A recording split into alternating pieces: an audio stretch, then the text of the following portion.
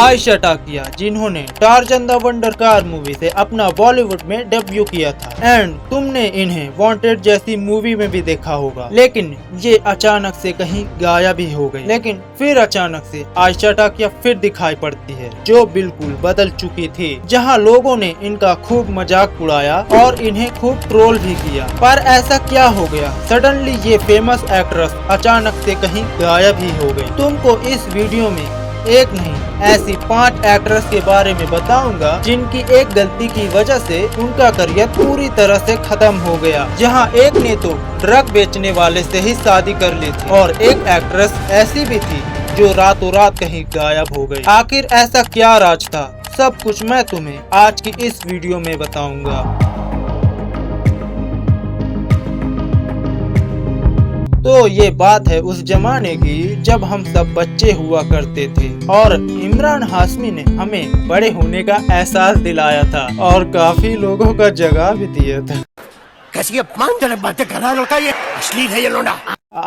अरमान की बात कर रहा हूँ, साले ठगियों। और वो गाना था आशिक बनाया। क्या तुमने इस गाने की एक्ट्रेस तनुश्री दत्ता याद है, जो काफी मूवी में देखी जा रही थी। उनकी मूवीज लाइक ढोल, आशिक बनाया, आपने भागम भाग, उनका चार्म हर जगह था, लेकिन एकदम से ये कहीं गायब ही हो गई। असल में बात है 2018 की, जब इंडिया में मी टू मूवमेंट नया नया आया था, जहां पर हर एक फीमेल ने खुल के बताया कि उनके साथ भी हैरेसमेंट जैसी घिनौनी हरकत हुई है और तनुश्री दत्ता उनमें से एक थी। जहां जून केबी के एक इंटरव्यू में उन्होंने अपनी बात रखी और उन्होंने वहां पर एक शख्स का नाम लिया जो कि काफी चौंकाने वाला था। उन्होंने कहा, मुझे नाना पाटेकर ने हैरेस किया है। जहां पर उन्होंने बताया कैसे 2018 की मूवी ऑन अ पुलिस पर वो काम कर रही थी और उसमें एक डांस सीक्वेंस आया जो उनके कॉन्ट्रैक्ट में था ही नहीं। जहां उस सीक्वेंस के दौरान नाना पाटेकर ने उन्हें अनकंफर्टेबली टच भी किया और उन्होंने वो मूवी वहीं छोड़ दी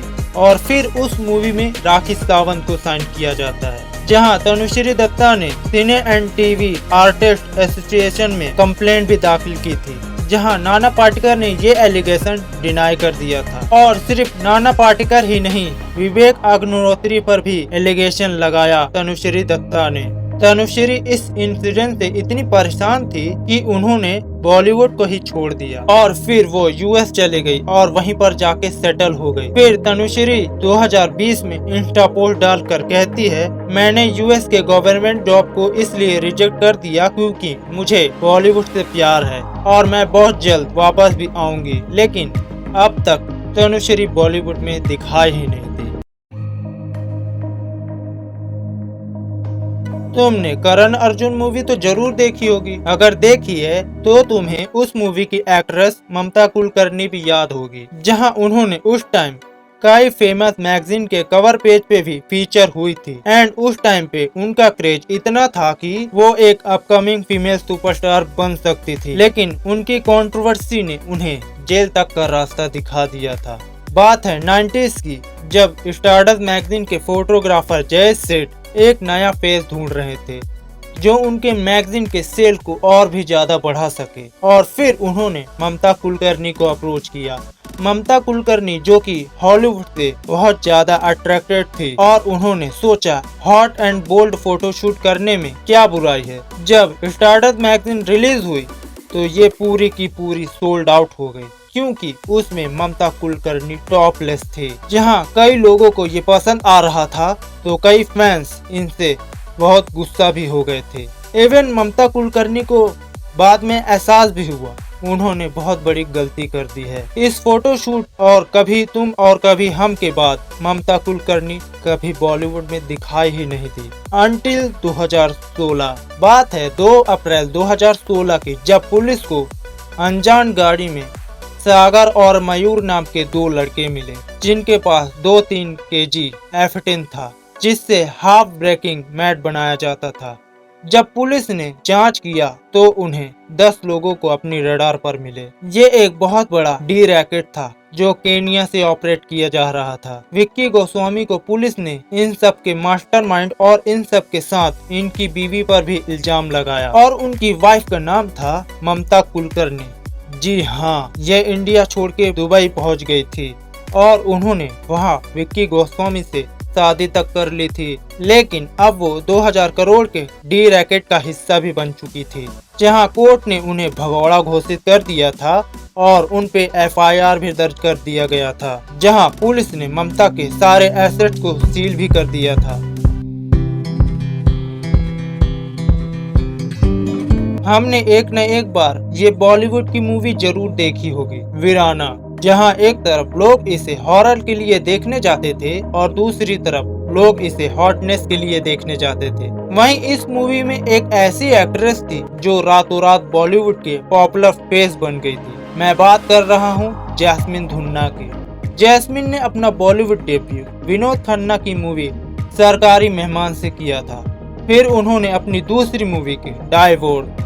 फिर उन्होंने अपनी जिंदगी की ऐसी मूवी की जिसकी वजह से उनकी जिंदगी पूरी तरह से बदल गई या फिर कहो तबाह हो गई। रामसी ब्रदर्स अपनी मूवी वीराना के लिए नया फेस ढूंढ रहे थे जो कि खूबसूरत भी हो और चुड़ैल का रोल उस पे सूट भी करे। फिर उन्हें दिखती है जैस्मिन। उन्होंने फिर ये मूवी जैस्मिन को ऑफर की और जैस्मिन ने सीधा हाँ कर दी और उस मूवी में वो एक हॉट चुड़ैल थी। लेकिन मूवी में भूत से ज्यादा जैस्मिन पॉपुलर हुई क्योंकि वीराना रामसी ब्रदर्स की अब तक की सबसे बोल्ड मूवी थी, जहां इस मूवी को रिलीज होने में 8 महीने का समय लगा क्योंकि सेंसर बोर्ड ने इस मूवी के कई सीन्स को मूवी से हटा दिया था। फिर वीराना रिलीज होती है और सुपर डुपर हिट होती है, जहां इस मूवी ने 3 करोड़ का मैसिव बिजनेस किया। ये मूवी हिट होने का एक ही वजह थी, जैस्मिन धुन्ना, जहां जैस्मिन के पीछे पूरा बॉलीवुड पागल हो गया और साथ ही साथ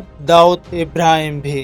तो ये बात है वीराना के बाद की, जब जैस्मिन ओवरनाइट सेंसेशन बन गई थी और हर कोई उन्हें पाना चाहता था, यहाँ तक कि दाऊद इब्राहिम भी। सोर्स के मुताबिक दाऊद इब्राहिम जैस्मिन के साथ हुकअप करना चाहता था। फिर एक दिन किसी को खबर भी नहीं हुई और जैस्मिन कहीं गायब हो गई। किसी को पता ही नहीं था वो कहाँ गायब हो गई है और किसी ने उनका 1 साल तक जिक्र तक नहीं किया। इवन उन्होंने जो मूवी साइन भी की थी वो भी अधूरी रह गई। आखिर जैस्मिन कहाँ गई? क्या दाऊद इब्राहिम ने उनको किडनैप कर लिया? खैर, ये तो किसी को नहीं पता। तुम इसके बारे में क्या सोचते हो कमेंट में जरूर बताना। अगर तुमने ये गाना सुना है तो तुम्हें मनीषा कोइराला भी याद होगी। मनीषा कोइराला इतनी खूबसूरत थी जिनको उनके आशिक खून से लव लेटर लिखा करते थे। जहां वो नेपाल से बॉलीवुड में आई थी जब उन्होंने अनिल कपूर के साथ 1942 लव स्टोरी की और एक लड़की को देखा से उन्हें सब जानने लग गए थे। जहां उनकी ब्यूटी और एक्टिंग के चर्चे हर जगह थे। जहां गुप्त जैसी मूवी से उनका करियर टॉप पे था और वहीं पे उनके साथ कुछ ऐसा हुआ जहां उन्हें नशे में पाया गया, और वो भी उस इंसान की वजह से जो पहले भी कंट्रोवर्सी में फंस चुका है। वो कोई और नहीं बल्कि नाना पाटेकर थे। तुमने बिल्कुल सही सुना, नाना पाटेकर। जहां 1996 में मनीषा अग्निसाक्षी के सेट पर नाना पाटेकर से मिली तो नाना जी से उन्हें प्यार हो गया और जल्द ही ये दोनों एक दूसरे को डेट भी करने लग गए थे। है ना कितनी कमाल की बात? लेकिन नहीं, असल में नाना पाटेकर उस टाइम ऑलरेडी शादीशुदा थे और उनका एक बच्चा भी था। जहां मनीषा को लगा नाना उनके लिए अपनी बीवी को डाइवोर्स दे देंगे, लेकिन ऐसा नहीं हुआ। फिर नाना और मनीषा के रिश्ते में धीरे धीरे खत्म होने के आसार दिखने लग गए थे। जहां नाना पाटेकर मनीषा को लेकर कुछ ज़्यादा ही पॉजिटिव हो गए थे और हर चीज़ में रोक टोक लगाने लग गए थे। उन्हें कहीं जाने तक भी नहीं दिया जाता था और एक्स्ट्रा ऑर्डिनरी सीन तक भी नहीं करने दिया जाता था। मनीषा ने सोचा कोई नहीं, नाना है चलता है, लेकिन फिर कुछ ऐसा हुआ जिसकी उन्हें कोई उम्मीद ही नहीं थी। मनीषा ने नाना और आयशा झुलका को एक साथ हम बिस्तर होते हुए रंगे हाथ पकड़ लिया था। फिर मनीषा ने तुरंत ही नाना से ब्रेकअप भी कर लिया, लेकिन मनीषा को नाना की लत हटते ही उनको दारू की लत लग गई। जहां वो नशे में पूरी तरह से डूब चुकी थी। वो नशे की वजह से काम पे नहीं ध्यान दे पा रही थी और ऐसे ही उनकी मूवी धीरे धीरे फ्लॉप जाने लग गई। जैसे कि अचानक, दिल से, महाराजा, लावारिस और भी काफी मूवीज। ये सब के सब फ्लॉप थे।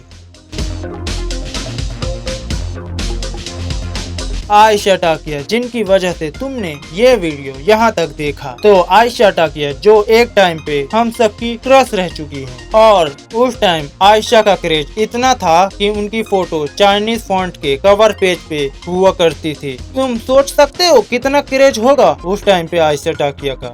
आयशा टाकिया जब बच्ची थी तब उन्होंने एक्ट करना स्टार्ट कर दिया था, एंड वो एज अ मॉडल इस इंडस्ट्री में आई थी। एंड जब वो फाल्गुनी पाठक के सॉन्ग मेरी चुनर उड़ उड़ जाए में दिखी तो सब उनको देखते ही रह गए। और फिर उन्हें मिलती है उनकी पहली film Tarzan the wonder car, जो कि एक फ्लॉप थी। फिर उनकी अगली फिल्म आती है दिल मांगे मोर, अगेन फिर एक फ्लॉप, और उनको मूवीज मिलती रही। फिर आती है उनके करियर की सबसे बड़ी हिट, जिसे काफी लोग बार बार देखते हैं, वांटेड, जो टीवी पे जब भी आ जाए तो तुम देखने बैठ जाते हो। अगर देखा जाए तो आयशा अपनी ब्यूटी और एक्टिंग से कई बॉलीवुड एक्ट्रेस को पीछे छोड़ सकती थी। फिर ऐसा क्या हुआ कि उनका करियर पूरी तरह से खत्म हो गया? तो बात है 2009 की, जब आयशा को फरहान आजमी से प्यार हो जाता है, और उन्होंने 2009 में ही फरहान आजमी से शादी भी कर ली थी, और उन्होंने अपना धर्म भी कन्वर्ट कर लिया था, और उनका एक बेटा भी है। लेकिन इस शादी के बाद लोगों ने आयशा को कभी भी नहीं देखा। बट आयशा फिर 2011 में एयरपोर्ट पर दिखाई पड़ती है। लेकिन जब लोगों ने आयशा को देखा तो देखते ही रह गए, क्योंकि वो पहले वाली आयशा नहीं लग रही थी जिन्हें हमने पहले वांटेड मूवी में देखा था। उनका फेस अब वो फेस नहीं था जिसे हम एडमायर करते थे। आयशा ने अपने चेहरे की प्लास्टिक सर्जरी करवा ली थी, जो उतना सक्सेसफुल नहीं था। लेकिन इसके बाद आयशा को लोगों ने बहुत ज्यादा ही ट्रोल किया, इतना कि उन्होंने एक लंबा पोस्ट डाला और सबको लगा तूफान थम चुका है। लेकिन नहीं, फिर उन्होंने इंस्टा पे अपनी फिर एक पोस्ट डाली, लेकिन फिर अगेन लोगों ने उन्हें ट्रोल किया। इन सब ट्रोलिंग की वजह से आयशा ने अपना इंस्टा ही डिलीट कर दिया। फिर आयशा ने बताया वो अपनी फैमिली के साथ खुश हैं और वो बॉलीवुड में कभी नहीं आना चाहेंगी। तो वीडियो यहीं तक थी। आई होप तुम्हें वीडियो पसंद आई होगी। अगर पसंद आई हो तो लाइक कर दो, अगर सब्सक्राइब भी कर दोगे तो मेरा कुछ भला हो जाएगा।